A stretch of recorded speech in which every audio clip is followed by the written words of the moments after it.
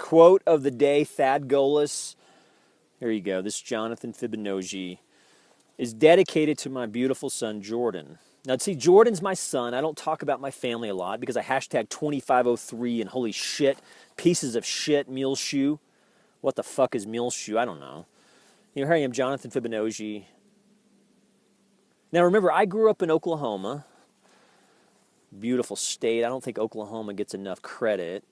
Spent way too long in Texas. I grew a mortgage company out there for 10 years. So I'm a finance guy, kind of a nerd, meets numbers. Then my ex-wife went all cunt on me and boom, hashtag 2503. And why Texas 2503 is a really, really important law. And that's how I kind of became a man's rights activist. And then ultimately went Raven. What's a Raven? You're like, is that a Ragin' Cajun? I thought he's from Louisiana. Yes, I'm from Louisiana. I was born there. But Oklahoma is home. And I had two beautiful kids, and my ex-wife kind of like Muleshoe, which is a really, really bad town. It's one of those towns that it died in the 1990s, but the people from Muleshoe, they don't really know that yet. And so they're still kind of, Muleshoe, Texas is one of those towns that everybody's living off Granddad. And it's been that way for like the last 40, 50 years. So it's like landowners who inherited land and how inherited wealth people are some of the worst human beings in the world. And ultimately, I'm going to sue Muleshoe for a ton of money, about $58 million,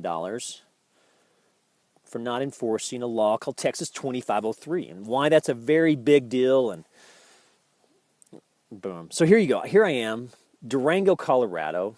This is kind of my redo city. I think a lot of people go to the mountains and pray. I had a mortgage company that went 10 years, and then, just to keep the license. One day I got an email from my bank that says, you need $200,000 to be a mortgage guy. I'm like, I don't have $200,000 in the bank. So guess what? I was entry level overnight. Well, that's the story. You know it, Texas 2503. It's the law. It's just never enforced, which is why I'm going to sue the city.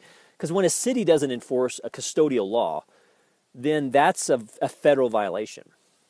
And yes, men's rights matter. So here I am in Durango, Colorado, and I call my beautiful son Jordan. I call him Simba. And I see this thing just laying around. Of course, I think of him. He's 15 years old, going on 38. I never see my daughter. See, I was a foster kid, so the only real family I have is my son and my daughter. Of course, my ex-wife, who lives like 4 blocks from her mama. It's that kind of town. It's that town where like everybody lives off everybody else's money and they live 4 blocks from their mama. So naturally, Jonathan Fibonacci, that marriage didn't last. Then I moved out here to pray, and of course, in Texas, the law is the law. And when laws against men are enforced with abandon, but when laws against women are never enforced, well, that's a federal violation. So I guess this is a hashtag Me Too, and that men's rights matter and custodial laws matter. And there is no more vulnerable class of people than men. And what is a cake judge? Google Durango Herald cake judge homicide, and how in this beautiful town called Durango, Colorado, a judge gave a woman a literal cake for completing like one of those homicidal classes. It was a woman who was literally in the middle of homicide. She was killing her children. And of course Jesus saved these 2 kids, and then ultimately, instead of going to prison, the mama was put in one of those like I will not kill people programs that's only really designed for mothers, because a lot of people think that motherhood is a federally protected status. But it's not. A federally protected status is gender, which is why I'm going to sue the city of Muleshoe for a ton of money. There's a news anchor, I think her name is Erin Andrews, and she sued for $56 million because she's like an ESPN like news anchor. Anyway, somebody took a picture of her ass. She was so offended by that. She said it was hard to date after that. I'm like, if you think it's hard to date being an ESPN person, imagine going out, because I don't lie. I mean, I owe the IRS a ton of money because I don't lie. People were like, well, what happened to your kids? I'm like, well, I have 2 beautiful children. My ex-wife went cunt. Of course, that date's usually over. So, and we probably don't go a week without some story of some woman suing like a Harvey Weinstein or somebody or, something. I'm like, well, what about, do men have rights? And what happens when men lose their kids in custody battles? And how laws like Texas 2503 are never enforced? And how dads lose Simbas and kids grow up without dads. And I don't even get pictures. And how interlocutory orders. Of course, you're like, well, hire a lawyer. I'm like, well, how do homeless people hire lawyers to see children that should have never been taken from them? And is there a narrative for men's rights in custodial visitations and how men's rights are important?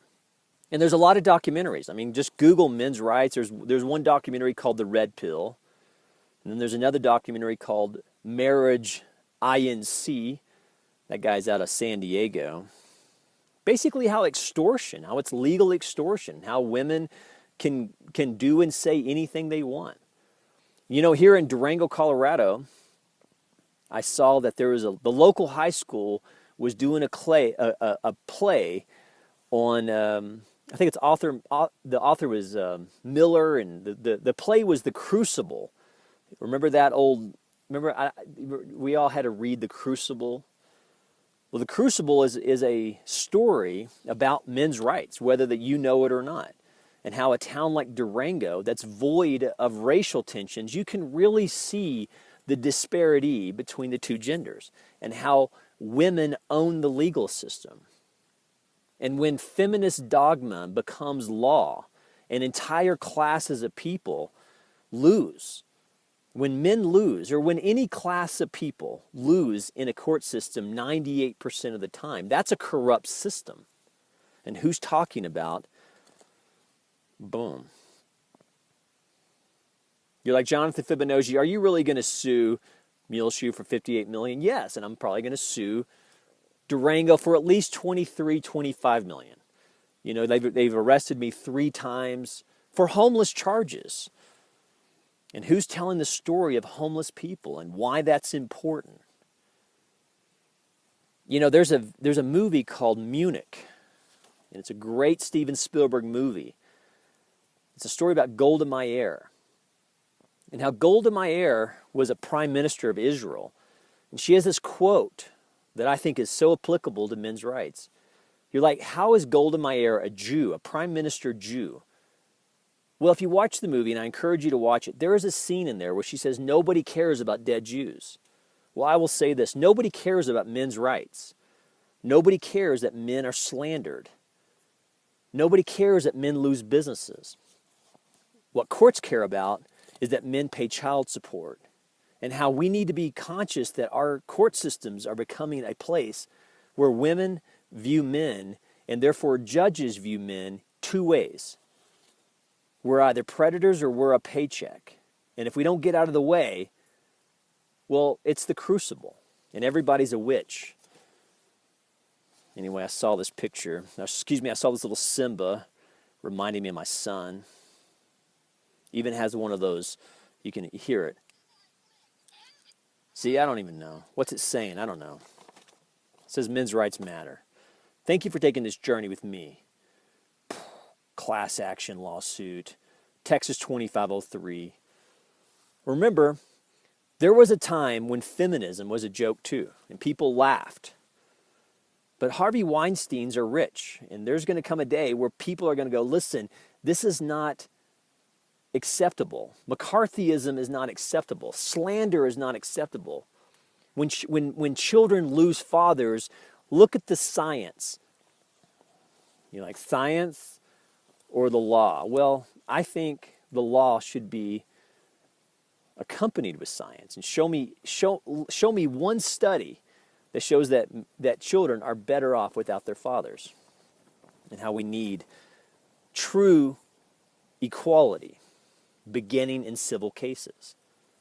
Let me say that again. True equality in civil cases. #MeToo.